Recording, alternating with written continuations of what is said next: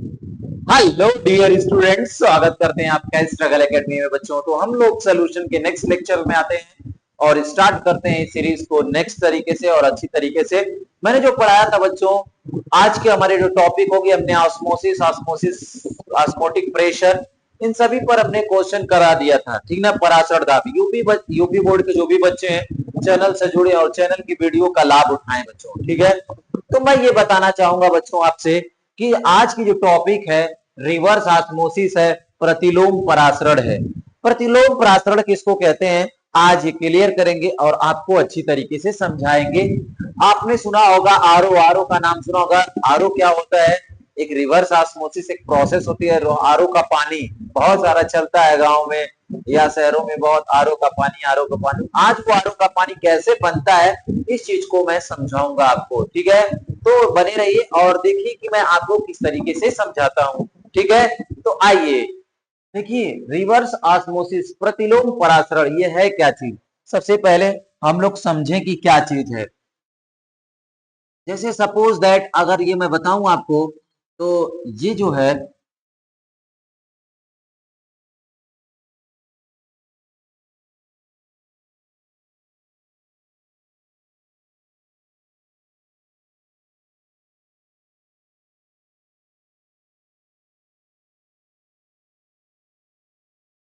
देखिए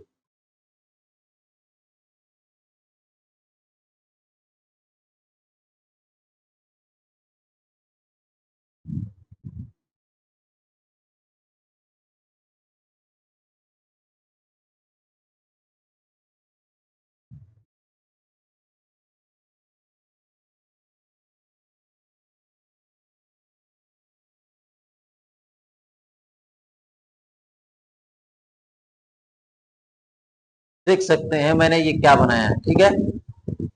और इसको देखिएगा, और बीच में मैंने इस बनाने के बाद इस बीच में मैंने एक मेम्ब्रेन लगा दी जिसका नाम है,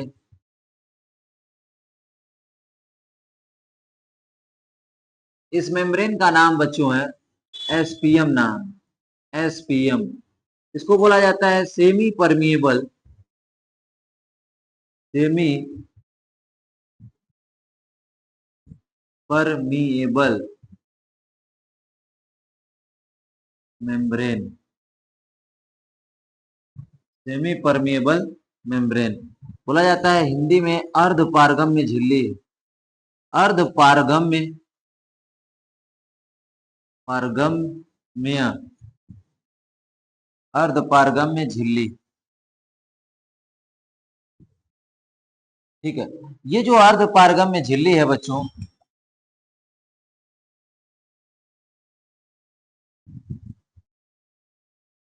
देखिए अर्धपारगम्य झिल्ली है, इसकी खास बात ये जो लगी होती है, केवल अपने अंदर से पानी को ही गुजरने देती है, यानी विलायक को ही अपने साइड से गुजरने देती है और किसी को गुजरने अपने अंदर से देती नहीं है। केवल यानी विलायक बोले तो पानी को अपने अंदर से पास होने देगी, ये इसके अंदर से पानी ही केवल जा पाएगा, तो ठीक। अब मैं क्या कहता हूं आपको कि इस साइड ले लिया गया है बच्चों सोल्यूशन, इस साइड है सोल्यूशन,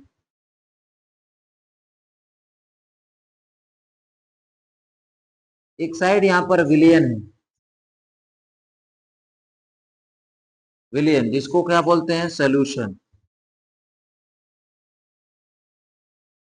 क्या ले लिया गया है बच्चों, सोल्यूशन जिसको बोलते हैं विलियन ले लिया गया है। अब इस साइड हमें विलियन ले लिया है और बीच में हमने लगा दिए सेमी परमेबल मेम्ब्रेन जिसको अर्ध पारगम्य झिल्ली कहते हैं। इस झिल्ली का काम है केवल, इस झिल्ली का, अच्छा इस झिल्ली का एग्जाम्पल भी मैंने बहुत बताया, देखो ये इस झिल्ली का एक एग्जाम्पल है, एनिमल मेम्ब्रेन है, एनिमल मेम्ब्रेन, ठीक है। एनिमल मेम्ब्रेन हो गया, देखो K four Fe C N six से बना हो सकता है, के फोर एफी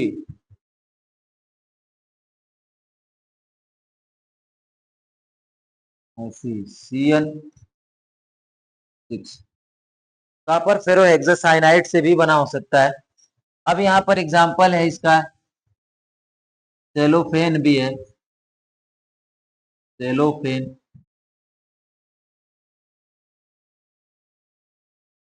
ठीक है। ये भी एक एग्जाम्पल है इसका। तो ये सभी चीजें हैं। और इस साइड मैंने बताया कि विलियन है, तो इसमें क्या क्या लिया गया है देखो। विलियन है तो इसके अंदर जो होता है विलायक के कण भी होंगे। तो यहाँ से होता क्या चीज है, और यहाँ केवल का केवल क्या चीज है, यहाँ केवल व केवल जिसको बोलते हैं बच्चों, यहाँ पर केवल शुद्ध विलायक है। यहाँ पर केवल शुद्ध विलायक है। यहाँ पर केवल क्या है, शुद्ध विलायक। शुद्ध विलायक बोले तो केवल वाटर है। केवल क्या चीज है, वाटर, केवल जल है। तो होता क्या चीज है, ऑस्मोसिस में क्या होता है कि इधर जल अधिक है, सॉरी, इधर जो होता है जल अधिक है, तो जल अपनी अधिक मात्रा से कम मात्रा की तरफ आएगा, इधर गति करेगा। तो इसी चीज को ऑस्मोसिस कहते हैं। इसी चीज को क्या कहते हैं, ऑस्मोसिस। जब जल अपनी अधिक मात्रा से अपनी कम मात्रा की तरफ सेमी परमेबल मेम्ब्रेन के द्वारा, ये क्या है, अर्धपारगम्य झिल्ली के द्वारा अपनी अधिक मात्रा, यहाँ केवल विलायक ज्यादा है, यहाँ दो लोग हैं, यहाँ पर विलायक ही है केवल, तो विलायक अपनी अधिक मात्रा से कम मात्रा की तरफ जाएगा, वो भी किसको क्रॉस करके, सेमी परमेबल एसपीएम को क्रॉस करके इधर जाएगा। तो इस चीज को ऑस्मोसिस कहते हैं। तो इधर से, यहां से क्या होता है, एक पिस्टन से एक प्रेशर लगाते हैं, यहां से एक प्रेशर लगाते हैं जिसका नाम है पाई, जिसका नाम है osmotic pressure. Osmotic pressure, osmotic pressure जिसको पाई मैंने पढ़ाया है। परासरण दाब लगाते हैं। तो परासरण दाब वह दाब होता है जो ये परासरण की प्रक्रिया को क्या करता है, रोक देता है। परासरण की प्रक्रिया को क्या करता है, रोक देता है। तो और विलियन की तरफ एक एक्स्ट्रा प्रेशर और लगाते हैं, और अधिक बार एक और अधिक फोर्स लगाते हैं, ठीक ना, और एक्स्ट्रा प्रेशर क्या लगाते हैं, मोर, अधिक दाब लगाते हैं, मोर एक्स्ट्रा प्रेशर लगाते हैं, मोर प्रेशर और प्रेशर लगाते हैं, जिससे क्या होता है, विलियन की तरफ लगाया गया वह दाब जिसके कारण विलियन से, यहां पर देखिए विलियन है, अब क्या होगा कि ये प्रक्रिया उल्टी हो जाएगी, इससे विलायक के कण निकलकर अभी इधर की तरफ गति करने लगेंगे। अब इधर विलियन से कहा जाने लगेंगे, विलायक की तरफ। तो विलियन से जब विलायक के कण एसपीएम को क्रॉस करके विलायक की ही तरफ गति करने लगते हैं, तो यहां से देखो, यहां से वाटर क्या आ जाएगा नीचे, और आराम से यहां पर आप क्या कर लीजिए, पानी पीजिए। तो ये चीजें हैं। तो इसको कहते हैं और प्रतिलोम परासरण, यानी पहले परासरण इस साइड हो रहा था, तो आपने परासरण दाब लगाया, तो ये परासरण की प्रक्रिया रुक गई, ठीक ना। वह दाब जिससे परासरण की प्रक्रिया रुक जाती है उसे परासरण दाब कहते हैं। और परासरण दाब के अलावा भी एक और प्रेशर लगा दीजिए, और अधिक दाब लगा दीजिए, ठीक ना। एक्स्ट्रा प्रेशर का मतलब होता है बच्चों यहाँ पर more extra pressure, that means ये, फिर ये मोर एक्स्ट्रा प्रेशर लगा दिया गया, जिसके कारण ये क्या होता है, जो पानी इधर की तरफ था, विलियन की तरफ था, जिसके अंदर उस विलियन से पानी जो होता है निकल कर कहा जाने लगा बच्चों, विलायक की तरफ जाने लगा, शुद्ध विलायक की तरफ, और इधर से आएगा, प्योर हो जाएगा। इधर इस मेम्ब्रेन की खास बात है कि केवल क्या, केवल किसको जाने देगी, अपने अंदर से गुजरने देगी, केवल जल को ही अपने अंदर से गुजरने देगी। तो आइए हम लोग बताते हैं कि क्या चीज है। मैंने कहा कि ध्यान समझिएगा, बात को समझिएगा कि क्या है, कि जब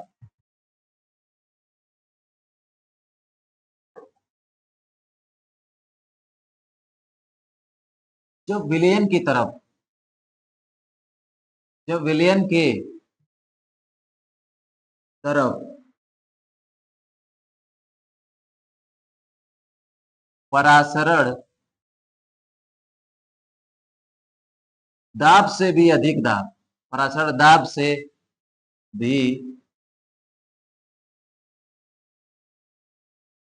अधिक दाब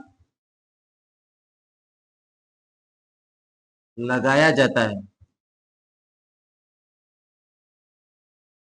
जब विलयन की तरफ परासरण दाब से भी अधिक दाब लगाया जाता है,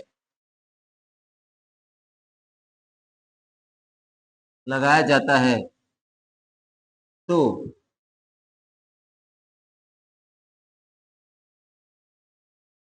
विलयन से विलायक के कण, विलायक के कण निकल कर, विलयन से विलायक के कण निकल कर, विलयन से विलायक के कण निकल कर विलायक के तरफ, विलायक के तरफ गति करने लगते हैं, गति करने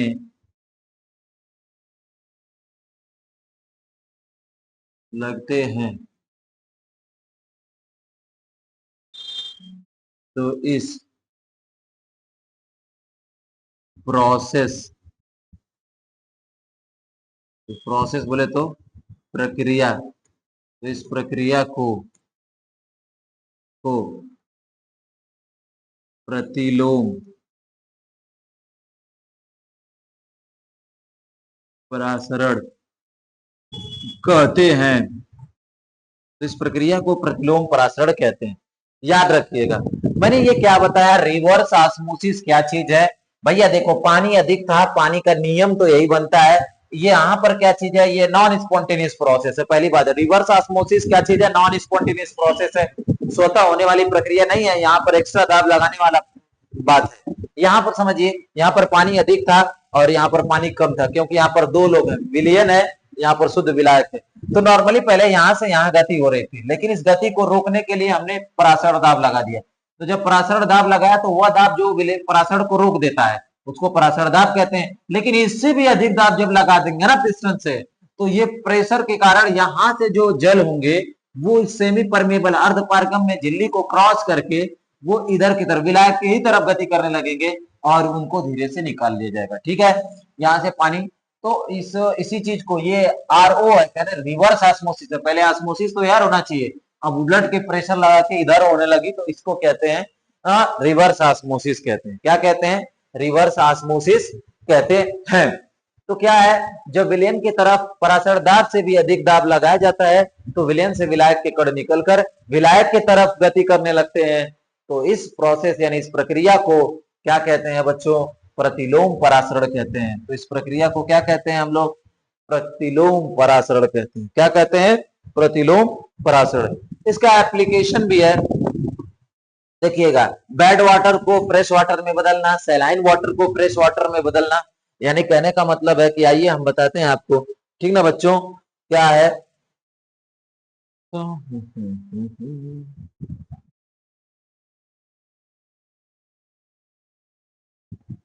अब ये इसको ऊपर ले जाना है।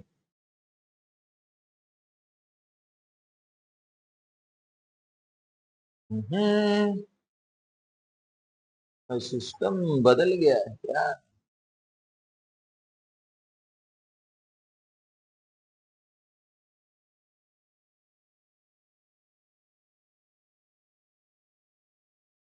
Shape node, mind map, grid and position symbols, planet, ये कैसे क्या होगा टेक्नीशियन भाई? ये क्या दिक्कत प्रॉब्लम हो गई कि ये ऊपर नहीं हो रहा? चलो ठीक है, मैं इस प्रोसेस का एग्जांपल बता दे रहा हूँ कि कैसे होगा, ठीक है।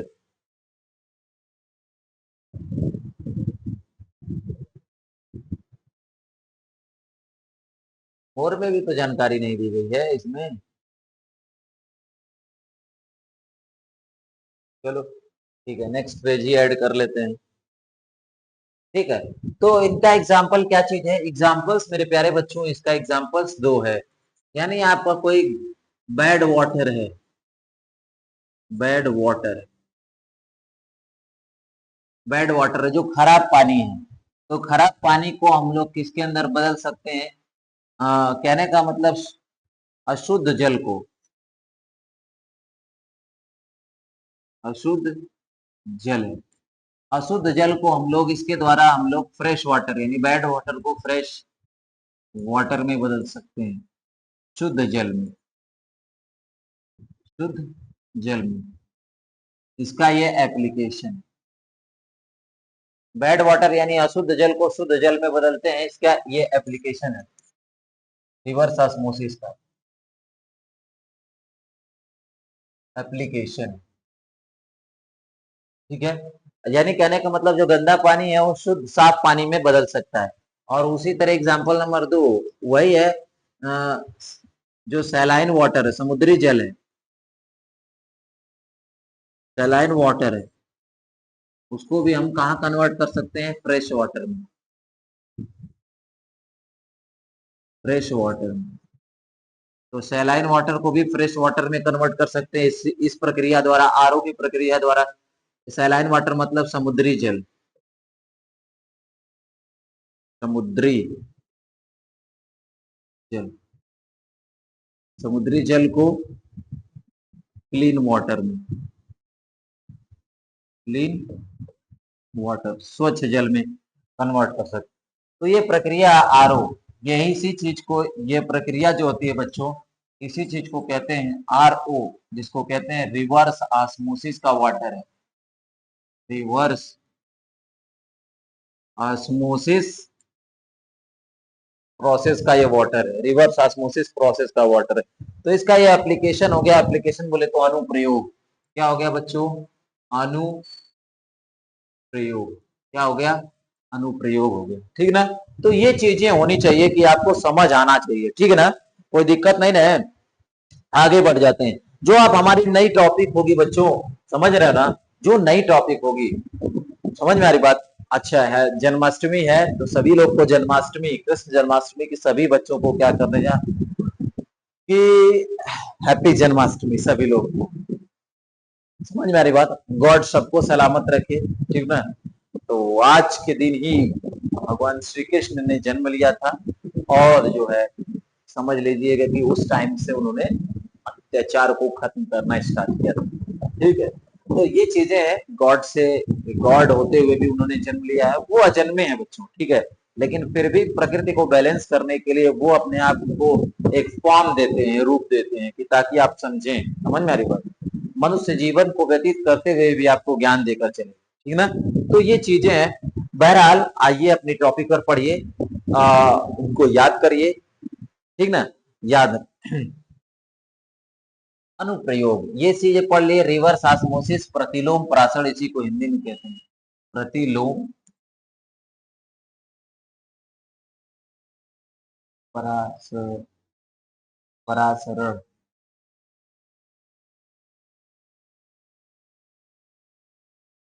प्रतिलोम परासरण, ये क्लियर हो गया ना। नेक्स्ट आगे की तरफ चलते हैं बच्चों। हमारा जो आज का टॉपिक है वांट ऑफ फैक्टर है, वांट ऑफ फैक्टर, याद रखिएगा, बहुत इंपॉर्टेंट टॉपिक है, want of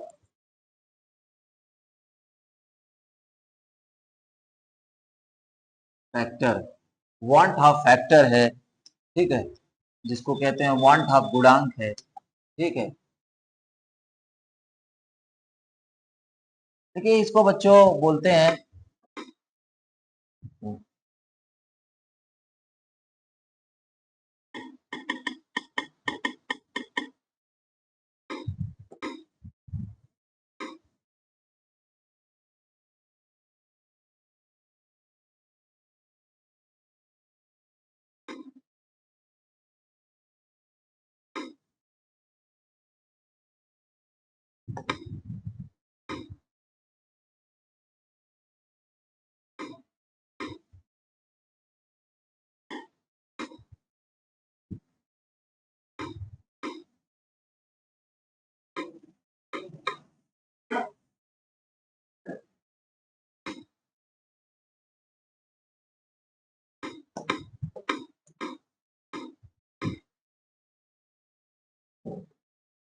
want of factor क्या चीज है बच्चों, वांट ऑफ फैक्टर हमारी टॉपिक का नाम है, वांट ऑफ गुणांक जिसको कहते हैं।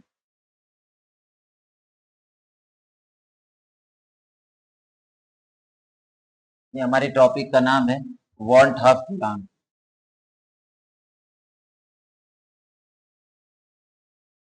वांट ऑफ गुणांक, वांट ऑफ गुणांक हमारी टॉपिक का नाम है, ठीक है।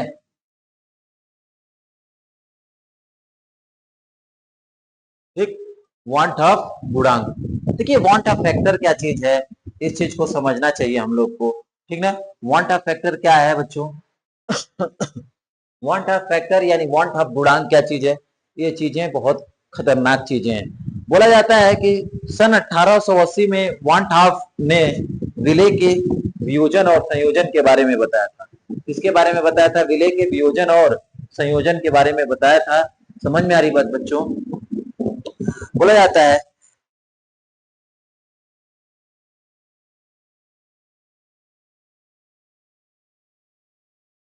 1880 में,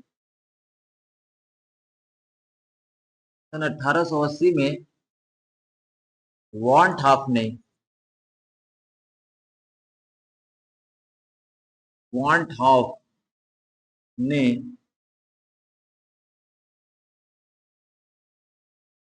विले के वियोजन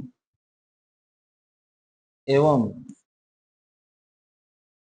संयोजन के बारे में सन 1880 में वांट ऑफ ने विले के वियोजन एवं संयोजन के बारे में, देखो विले के वियोजन और संयोजन के बारे में अध्ययन किया। बारे में क्या किया बच्चों? अध्ययन, यानी बोल सकते हो इसको स्टडी किया। स्टडी किया, क्या किया बच्चों? वियोजन के बारे में क्या किया? स्टडी किया। बात समझ में आ रही? बात विलय के वियोजन और संयोजन के बारे में स्टडी किया। बात को समझे कि नहीं समझे? देखिए want of factor, want of गुणांक क्या चीज है? तो पहली बात आना चाहिए सन 1880 में वांट ऑफ ने विलय के वियोजन एवं संयोजन के बारे में स्टडी किया, और स्टडी करने के लिए इनकी लिमिट निर्धारित करने के लिए स्टडी किया, और और इनकी लिमिट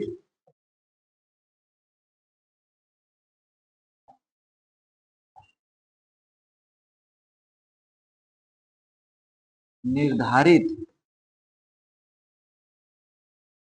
करने के लिए एक फैक्टर का यूज किया। एक फैक्टर का यूज किया जिसे वांट ऑफ फैक्टर, जिसे वांट ऑफ फैक्टर कहा गया। ठीक है, जिसे वांट ऑफ फैक्टर कहा गया। ध्यान समझिएगा।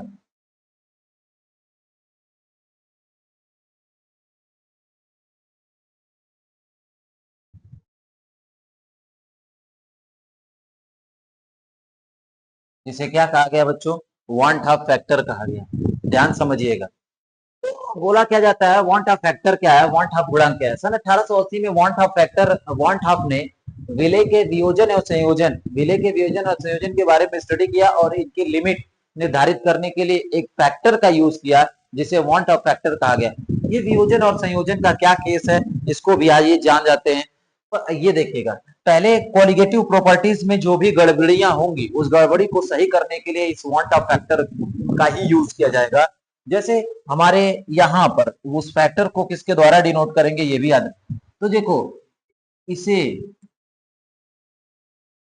इसे इसे आई द्वारा डिनोट,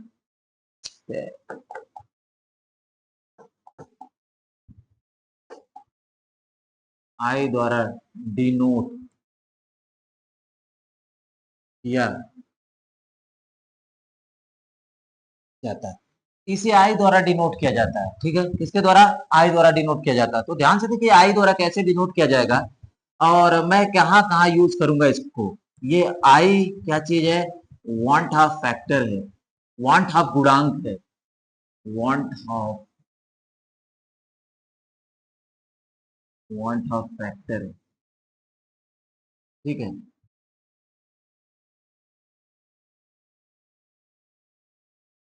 देखिए वांट ऑफ फैक्टर यही है। अब जैसे मैं कहूं कि R L B P relative levelling in vapour pressure zeta P is equal to P not A minus P A upon P not A, ठीक है। यहाँ तब आई का यूज कर लेंगे इंटू आई, ठीक है। और मान लीजिएगा कि डेल्टा टीबी बराबर क्या होता है, के बी इंटू यम। तो अब इंटू में क्या यहाँ यूज हो जाएगा आई, वांट ऑफ गुणांक सब में यूज होगा, ठीक है। डेल्टा टी एफ बराबर क्या होता है, के एफ इंटू यम होता है, तो यहाँ यूज क्या होगा आई। और delta sorry I am really sorry, अब पाई बराबर क्या होता है, एम आर टी। तो किसका यूज होगा, आई का यूज होगा। किसका यूज होगा बच्चों, आई का यूज होगा। तो ये चीजें हैं, समझ में आ रही बात। तो यहाँ पर हम वांट ऑफ फैक्टर का यूज करेंगे ही करेंगे, वांट ऑफ गुणांक का यूज करेंगे ही करेंगे। और कैसे वांट ऑफ गुणांक को निकालेंगे ये भी है, ठीक ना। अब यहाँ पर आ जाते हैं calculation of want of factor, want of गुणांक की गणना।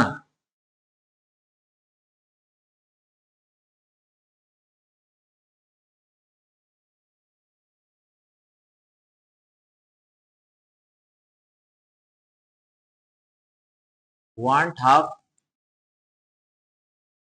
गुणांक की गणना बोला जाता है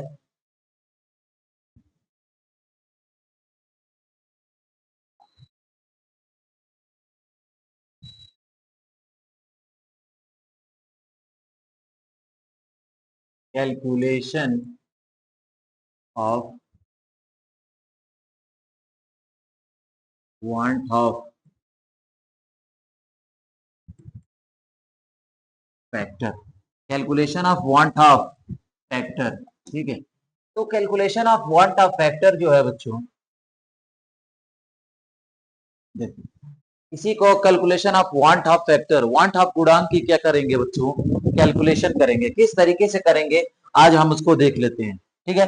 चलिए आइए, अब देखिए दो केसेस होते हैं, इनके लिए फार्मूले होते हैं। पहली बात, वांट ऑफ गुणांक का जो फार्मूला है आई इज इक्वल टू बोला जाता है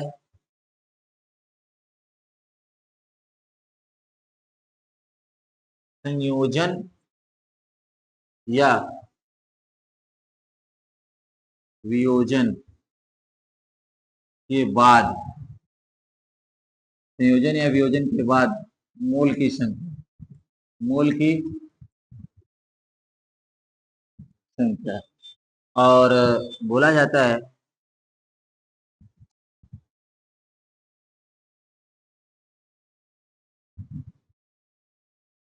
संयोजन या वियोजन के बाद मोल की संख्या।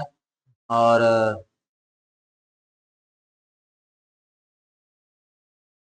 संयोजन या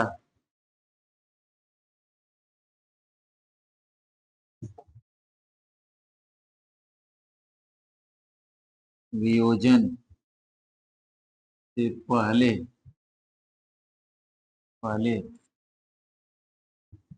मोल की, ठीक है। तो ये चीजें हैं और ये आपको आनी चाहिए। ये चीजें आई क्या चीज है, संयोजन या वियोजन के बाद मोल की संख्या, संयोजन या वियोजन से पहले मोल की संख्या। अब इसके बारे में जानते हैं हम लोग कैसे। जाइए केस नंबर 1 हम पढ़ते हैं। केस नंबर 1 क्या चीज है, केस नंबर 1 है फॉर 100% 100% वियोजन के लिए, 100% वियोजन के लिए, 100% वियोजन के लिए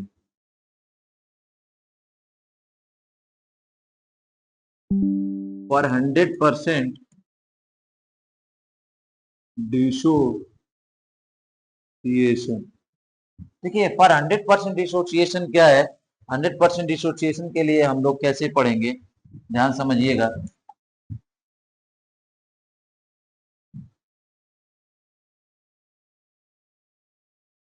100% डिसोसिएशन के लिए आप देखते हैं किस तरीके से हम इसको अप्लाई करते हैं।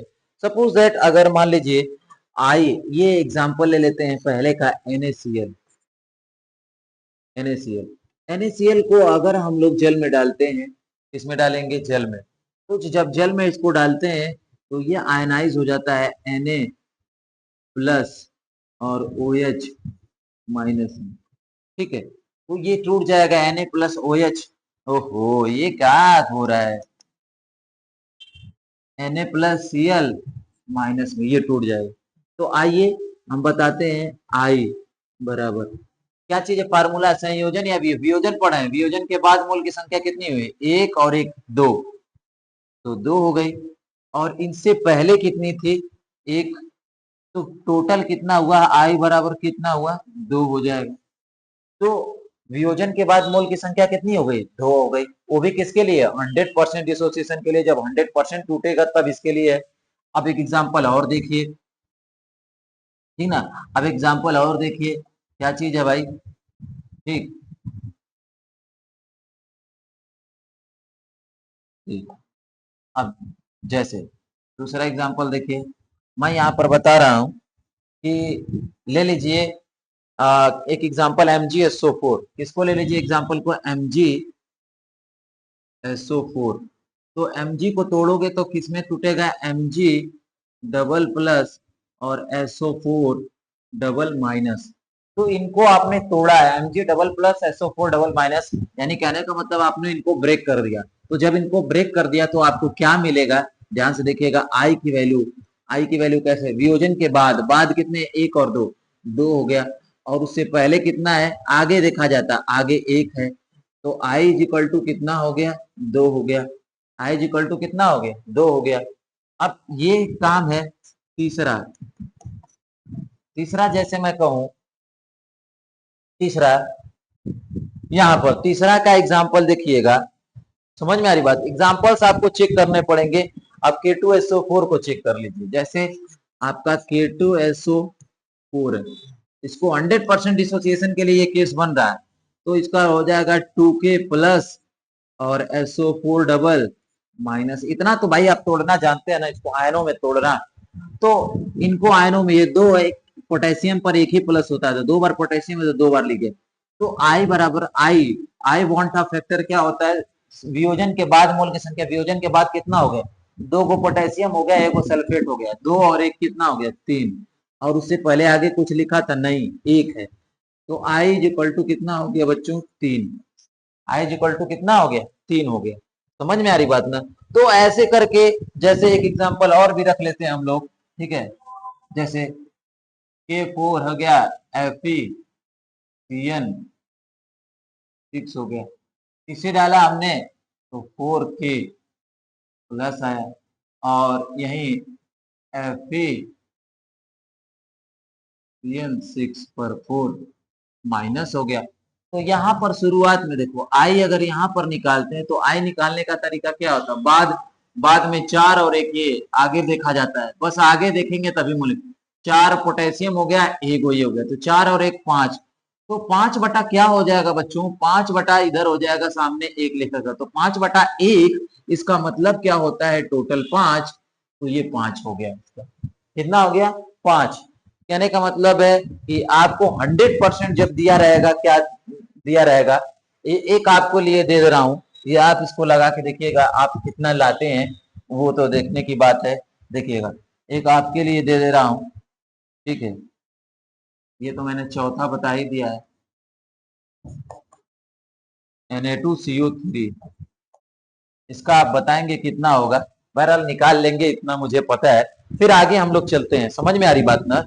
हम लोग क्या करते हैं, आगे चलते हैं। अभी तो 100% था, फॉर नो 100% डिसोसिएशन, अब क्या पढ़ेंगे, फॉर नो 100% डिसोसिएशन। देखिएगा, इसी का है, उसी में है, फॉर नो 100% डिसोसिएशन,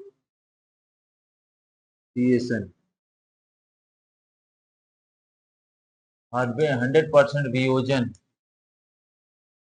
वियोजन न हो तब, ठीक है।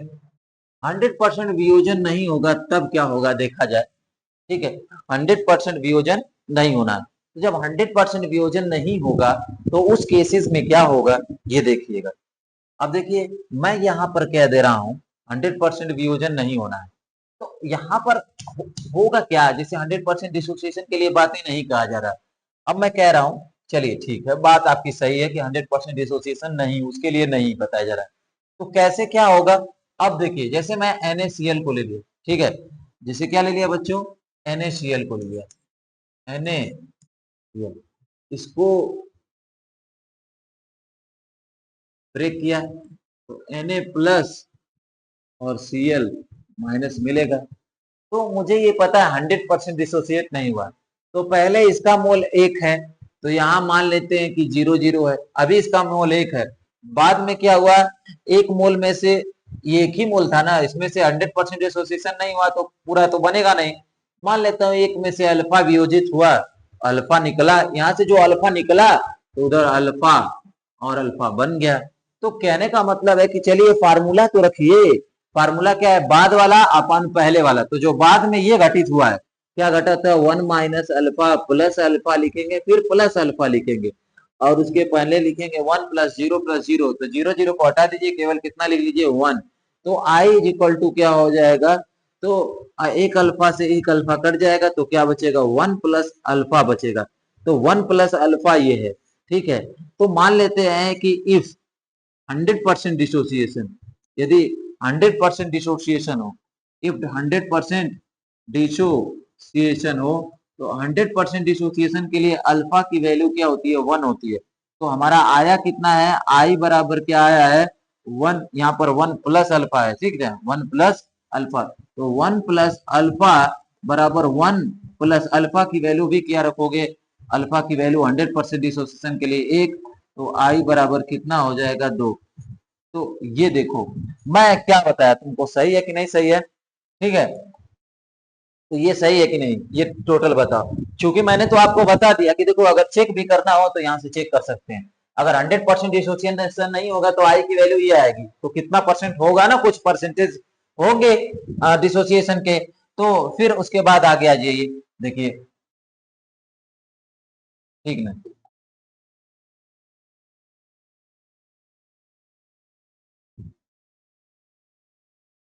ठीक है, तो 100% डिसोसिएशन नहीं होगा तो कुछ तो वैल्यू होनी चाहिए यहाँ पर। चलिए मान लेते हैं, नेक्स्ट पढ़ते हैं, नेक्स्ट का क्या चीज है, जो भी उठाते हैं नेक्स्ट नेक्स्ट वाली चीज है। अब देखो, MgCl2 का, MgCl2 का, तो यहाँ पर Mg पर क्या हो जाएगा, डबल प्लस और 2Cl माइनस।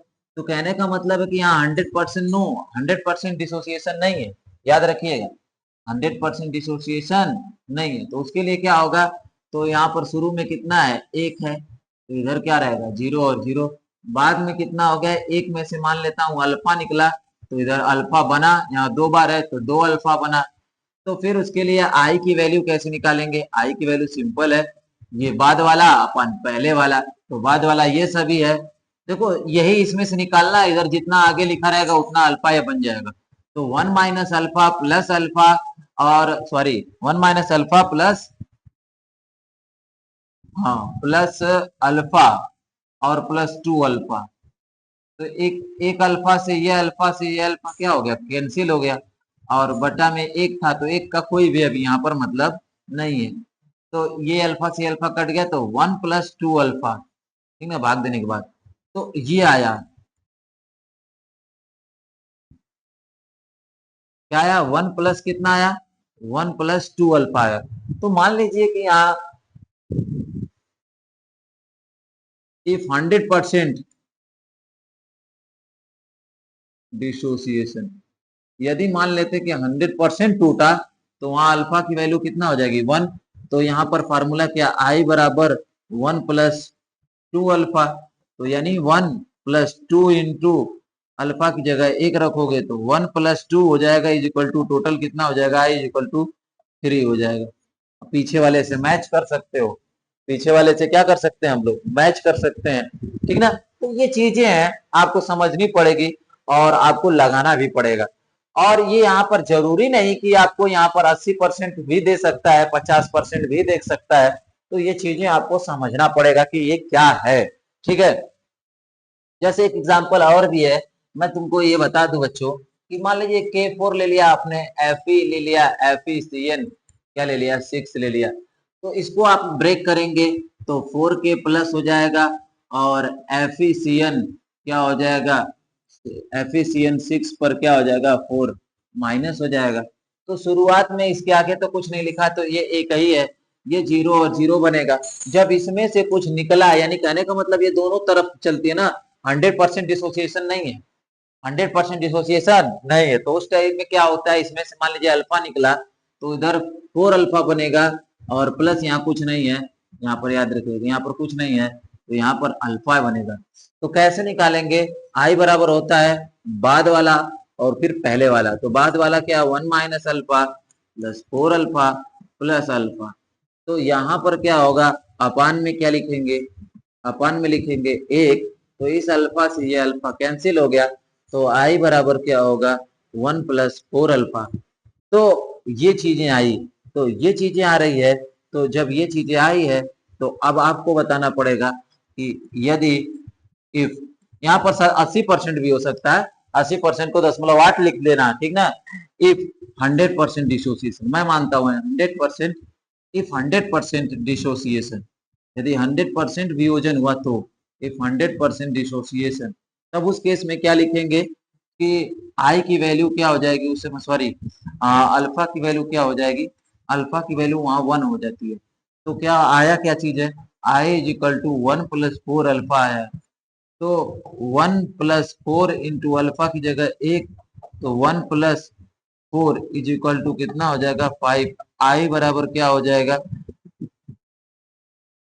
आई बराबर 5 हो जाएगा, आई बराबर कितना हो जाएगा बच्चों, 5 हो जाएगा। तो ये सब चीजें हैं और आपको समझना भी पड़ेगा कि ये क्या क्या चीजें दी गई हैं, इनको बहुत ही अच्छी तरीके से समझना पड़ेगा बच्चों, क्वेश्चन भी लगाने पड़ेंगे।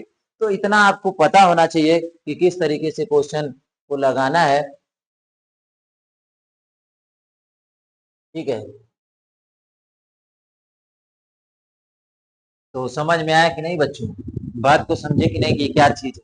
अच्छा एक बात तुम लोग को ये भी बता देता हूँ, ठीक है, कि मान लीजिए सपोज कि यहाँ पर ध्यान से समझिएगा, यहाँ पर बता दिए कि 100% ना नहीं होगा, तब आई की वैल्यू क्या होगी,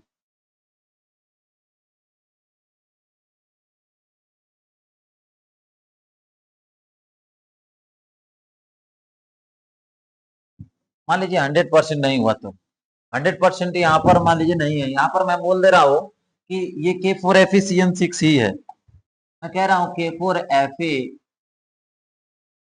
ये CN6 है, और ये मैं कह रहा हूँ कि 100% नहीं है, यानी 70% डिसोसिएशन है, 70% वियोजन, कितना परसेंट वियोजन है, 70% वियोजन है, तब आई क्या होगा, 70% वियोजन। तो ध्यान से समझिएगा, इसको तो हम तोड़ेंगे तो 4K प्लस हो ही जाएगा, ठीक है, और प्लस बचा तो क्या बचेगा, FeCN6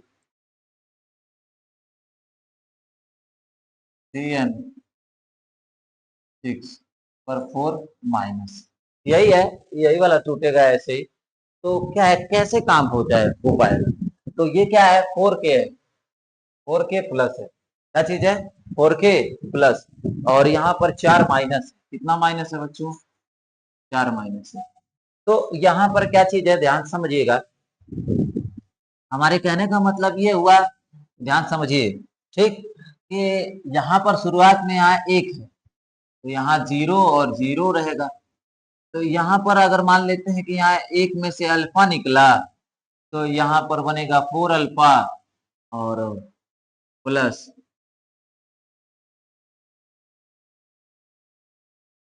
अल्फा बनेगा। तो आई बराबर जब निकालते हैं ना, क्या निकाले, 1 माइनस अल्फा करेंगे प्लस 4 अल्फा और प्लस अल्फा, बटा में कितना लिखेंगे, बटे में लिख देंगे, बटे में कितना लिख देंगे, बटे में 1 लिख देंगे। तो यहाँ जब बटे में 1 लिख देंगे तो ये बताइए, ये अल्फा से ये अल्फा क्या हो जाएगा, कैंसिल हो जाएगा, तो ये बचेगा आपको आई इज इक्वल टू क्या बचेगा, 1 प्लस 4 अल्फा। तो जो ये वियोजन है, ध्यान से देखो, वियोजन कितना परसेंट कह रहा है? 70%। तो 1 प्लस 4 इंटू वियोजन कितना परसेंट दे रहा है? 70। तो जितना परसेंट दे रहा है 70 दे रहा है, तो 70 लिखिए, अपन में 100 कर दीजिए। अपन में क्या कर दीजिए? 70% दे रहा है, तो यहाँ अल्फा की जगह, अल्फा कितना? 70% वियोजन है, तो अल्फा की वैल्यू 70% जब है तो 70% रखेंगे ना, तो 70 रखिए अल्फा की जगह, इस अल्फा की जगह 70 रखिए, 70/100 कर दीजिए। तो यहां से जीरो से ये जीरो क्या हो जाएगा? कैंसिल हो जाएगा।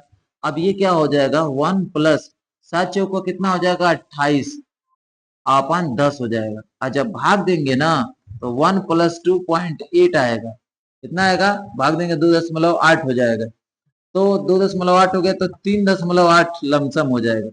तो आई की वैल्यू ये हो जाएगी। तो समझ में आया कि नहीं? कितना कोई परसेंटेज दे दे, आपको आना चाहिए। बात को समझिए, आएगा कि नहीं आएगा? तो ये सब चीजें आपको आनी ही चाहिए। समझ में आ रही बात ना? तो ये देखिए, कितना परसेंट भी कह दे हमसे, तो परसेंटेज से हमें क्या लेना देना? जब सवाल पूछेगा तो लगाना पड़ेगा ही, ठीक है ना? तो याद रहना चाहिए आप, ठीक। तो ये लिख लीजिए, आप लोग लिख लीजिए, ये चीजें रही है बाबू। 70%, 80%, 40% कहेगा तो 40%/100 रख लेंगे। जितना भी वियोजन कहेगा उसको रख लेंगे। तुमको मैं एक बता रहा हूं तुम लोग को, कि ये लगा के थोड़ा दिखाना मुझको।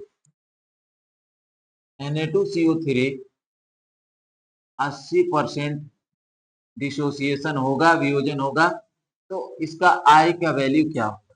ठीक है, तो इस आई की वैल्यू इसका जो होता है, कैलकुलेट करके मुझे बताइएगा, ठीक है। कोई दिक्कत नहीं होना चाहिए, आपको आना चाहिए समझ में, ठीक। तो ये लग जाएगा। तो यहां पर मैंने बताया। अच्छा, काहे लिए इसका यूज कर रहे हैं बाबू?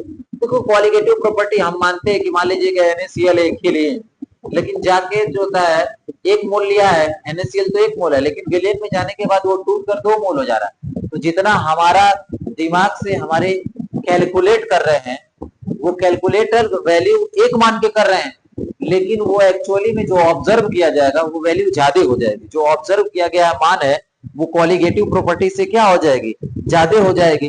तो याद रखिएगा। ऐसे ही नेक्स्ट आगे की तरफ बढ़ते हैं। कैलकुलेट कर लिए होगे, इसको कैलकुलेट कर लेना, ठीक है। आइए, मैं कह रहा हूं संयोजन का केस ले लीजिए। केस 2, फॉर 100% एसोसिएशन,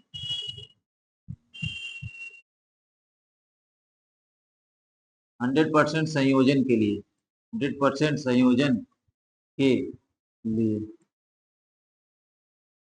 100% संयोजन के लिए क्या हो जाएगा? वही चीजें हैं। अगर देखो, होता क्या चीज है बच्चों, यहां पर हुआ कि मैंने एग्जाम्पल समझिए। एग्जाम्पल में क्या हुआ कि मैंने CH3COOH एसिटिक एसिड को ले लिया, और एसिटिक एसिड के कितने मोल को लिया मैंने? 2 मोल को लिया। यहाँ पर 2 ले लिया, और जैसे ही 2 को डाला मैंने इसके अंदर, तो हुआ क्या चीज? ठीक है, ये ऐसा करामात हो गया CH3COOH, और यहाँ पर हो गया 2। यहाँ पर डाला तो मैंने 2 और मिला मुझको 1। कैसे करने का मतलब सर, पीछे तो 2 लिखा है। पीछे से नहीं मतलब होता, जो आगे का है वही वो डाइमर बना लेता है। ये रहा बच्चों, एसिटिक एसिड है आपका, एसिटिक एसिड है। याद रखो, क्या चीज है? एसिटिक एसिड है। और ये जो एसिटिक एसिड है, यहाँ पर डाइमर बना लेता है। क्या बना लेता है? डाइमर। और ये डाइमर बना कैसे, आइए देखते हैं। CH3 है, C है, डबल बॉन्ड O, OH है। और इसी तरह इधर भी है, इधर CH3, ध्यान से समझ, CH3 है, CH3 है, C है, O है, H है, डबल बॉन्ड है, O है। तो ध्यान से समझ, इस पर ऑक्सीजन पर पार्शियली माइनस, और इस पर पार्शियली प्लस, और partially minus, partially minus, partially plus, और ये खींचने लगता है। तो इनके बीच जो होता है force of, strong force of attraction काम करने लगता है। दैट मीन्स इस फोर्स का नाम क्या चीज है? Hydrogen bond. अब ये जो होता है, ये जो बना ड्यू टू हाइड्रोजन, डाइमर किसके बना, किसके कारण बना? हाइड्रोजन बॉन्ड, हाइड्रोजन बंध के कारण बना। हाइड्रोजन ऑक्सीजन है मोस्ट इलेक्ट्रोनेगेटिव एटम, और हाइड्रोजन बीच होता है जब बॉन्ड बनता है तो उसको हाइड्रोजन बॉन्ड कहते हैं। और ये हाइड्रोजन बॉन्ड बनता है, इसीलिए क्या बन गया यहाँ पर 2 यूनिट जुड़ गई तो इसको बोलते हैं डाइमर। क्या बोलते हैं? डाइमर। तो यहाँ पर क्या चीज केसेस हैं, इन केसेस को समझिए। आप तो समझ में आया कि आपने क्या डाला, 2 मोल डाला, 2 मोल डाला तो ये 1 बन गया, तो ये भी आपका जो कैलकुलेट करने वाला मान है आपका तो कम आएगा। आपने 2 डाला था, 2 के हिसाब से कैलकुलेट कर रहे हैं, लेकिन वो अंदर सोल्यूशन में जाकर 1 मोल का बता रहा है, तो इसका मतलब क्या हो जाएगा, आपके जो मान में कमी आ जाएगी। और उधर क्या होता था, मान में अधिकता आ जाती थी, और यहाँ मान में क्या आ जाएगी, कमी आ जाएगी।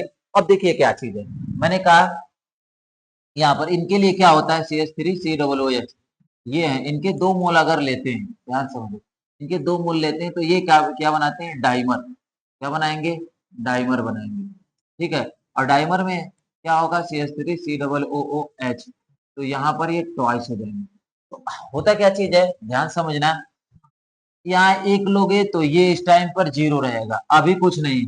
100% डिसोसिएशन अगर हो रहा है तो ठीक है, 100% होगा तो कोई दिक्कत ही नहीं है। ठीक है, तो 100% में क्या चीज है, ध्यान समझो।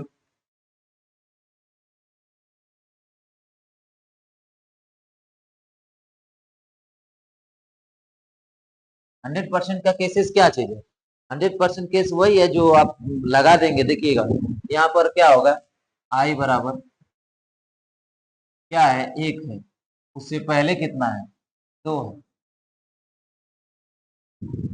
बाद में 1 हो गया है यहाँ, अब पहले कितना था, 2 था, तो 1/2 हो गया। इसी तरह आप बेंजोइक एसिड का भी केस पढ़ सकते हैं। ठीक है, मान लीजिए बेंजोइक एसिड है C6H5COOH, इनका भी यही केस है। अगर ऐसे केस है, ध्यान समझिएगा, बेंजोइक एसिड है, 2 बार लिए हैं, बेंजोइक एसिड और बेंजोइक अम्ल है। अब ये भी डाइमर बना लेते हैं, सोल्यूशन में जाते ही बेंजोइक एसिड का डाइमर हो जाता है, C6H5COOH, क्या बना लिया, डाइमर। तो यहाँ पर आई की वैल्यू जब निकालोगे तो बाद में कितना है, यहाँ आगे 1 है, उससे पहले कितना था, 2। तो संयोजन के बाद और संयोजन से पहले, तो पहले 2 है, बाद में 1 है, तो 1 बटा क्या हो गया, 2, अर्थात 0 पॉइंट कितना आ रहा है, 5 आ रहा है।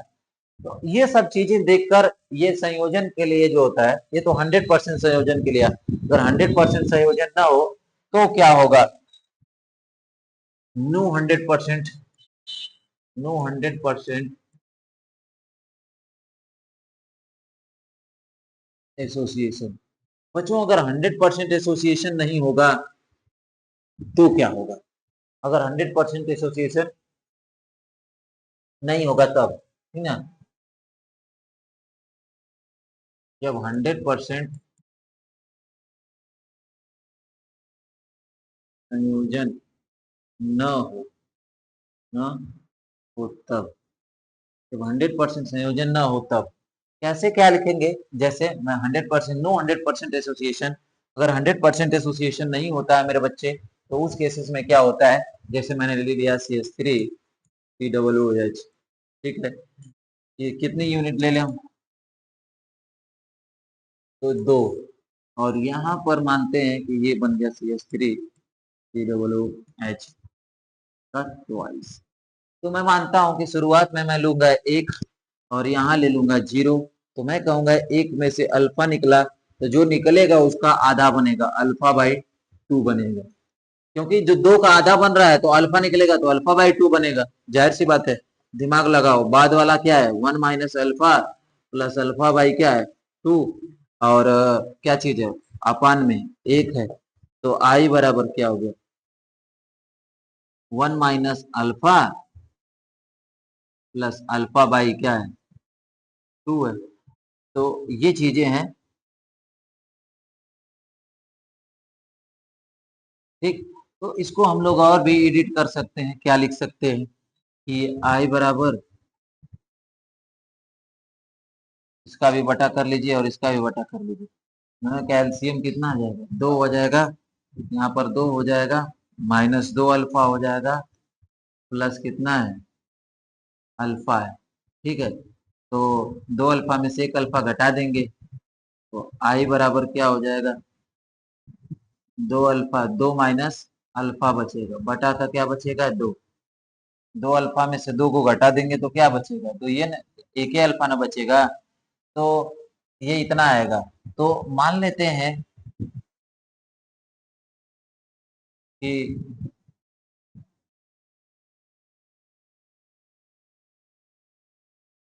100% एसोसिएशन, 100% वियोजन संयोजन, 100% संयोजन होगा तब क्या होगा, अल्फा की वैल्यू 1 हो जाएगी, तो आई बराबर क्या हो जाएगा, 2 1/2, तो यानी टोटल दो में से एक गया एक, 1/2, यानी 0.5, वो आई वाली आ जाएगी। तो ये चीजें हैं बच्चों, समझना पड़ेगा, ठीक है। कहने का मतलब है ये एक्चुअल में ये डाइमर ही नहीं बन सकता है, कुछ भी बन सकता है, ट्राइमर भी बन सकता है। तो यहाँ जो डाइमर बना है तो अल्फा बाई 2, ट्राइमर बनेगा तो अल्फा बाई 3, टेट्रामर बनेगा तो अल्फा बाई 4 हो सकता है संयोजन में, ठीक है। तो ये चीजें हैं, अब तुम्हें ये समझना होगा और ऐसे ही मान निकालने पड़ेंगे, ठीक ना। तो नेक्स्ट जब हम वीडियो में मिलेंगे बच्चों, तो वहां पर होगा क्वेश्चन, इन पर जो पढ़ेंगे बढ़िया तरीके से क्वेश्चन, और फिर नेक्स्ट टॉपिक होगी मोलर द्रव्यमान, मोलर मास, क्या होगी, मोलर मास, ये जो होगी टॉपिक होगी, sorry abnormal molar mass, abnormal molar mass. फिर एक लेक्चर्स के अंदर हम लोग इसको बंद कर देंगे इस चैप्टर को, क्योंकि वो कंप्लीट हो जाएगा, ठीक ना। तो ये चीजें रही, तो हम लोग नेक्स्ट वीडियो में आएंगे, पढ़ेंगे, तो उसके लिए जय हिंद, वंदे मातरम, और सभी लोग को जन्माष्टमी की शुभकामना बच्चों, जय हिंद, वंदे मातरम।